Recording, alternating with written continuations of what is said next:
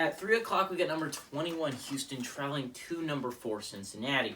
Cincinnati favored by 10.5 points on ABC. What is so fascinating about this game, just simply from my perspective, it's really interesting to me, it's that they travel to Cincinnati. I don't know if anyone else finds that weird, but that is almost no other Power 5 conferences. Now, if you look at it, Conference USA, Sun Belt, and Mountain West all do the same thing, which is, I think, is extremely odd. I don't understand why one team gets a home field advantage over the other. They are on different sides. I think it should be, again, you don't see this in the NFL, or I guess these do say it in the NBA, but it's different because the home field advantage works in a lot of people's favor. But Houston, I mean, I don't understand why you would get to. You should do it like an NFL thing, which is what most colleges do. I mean, most conferences do.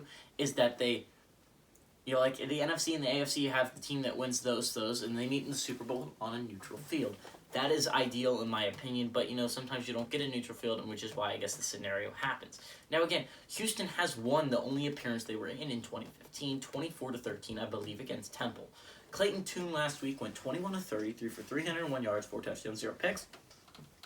Alton McCaskill had 9 carries for 54 yards, a touchdown, and Jake Herslau had 5 catches for 111 yards and a touchdown. Now, Cincinnati is on the cusp of a playoff spot, right?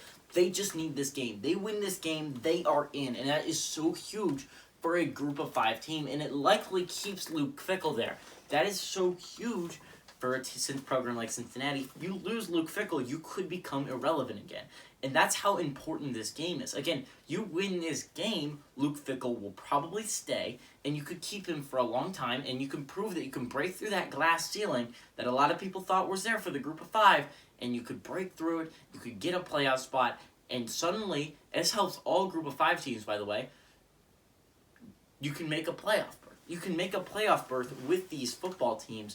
So there is no real reason, if you are in a top program like Cincinnati, to transfer to a not as good Power 5 program like, Miami, right? There is no reason to do that anymore because you've proven you can break through, you can get to the playoffs. So this is a huge game for Cincinnati just to keep their head coach. Desmond Ridder last week went 17-28, threw for 301 yards, 2 touchdowns, 2 picks. Jerome Ford had 20 carries for 85 yards and a touchdown, and Alec Pierce had 8 catches for 136 yards and a touchdown. Houston is 15-12 against Cincinnati all the time, but Cincinnati has been eking that close. The last 2 games have gone to Cincinnati in this series, and Cincy has won 8 of the last 12. That's 75% of the last 12 games have gone Cincy's way.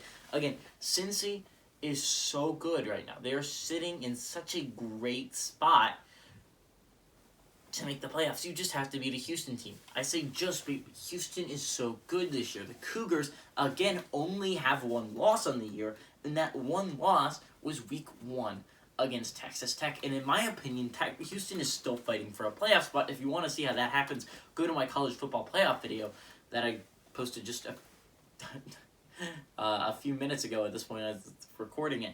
But Houston is such a good football team this year. They really are, and I think this is going to be the first huge test. I think Houston, in my opinion, is a better football team than Notre Dame.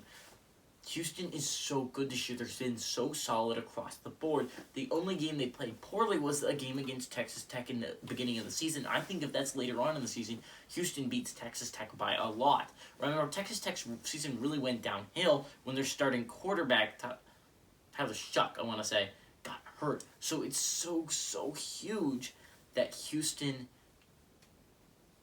is playing this well, and since he has to go through such a tough opponent, I think Cincy wins this game, but I don't think it's by 10.5 points. Give me Cincy to win, but Houston to cover.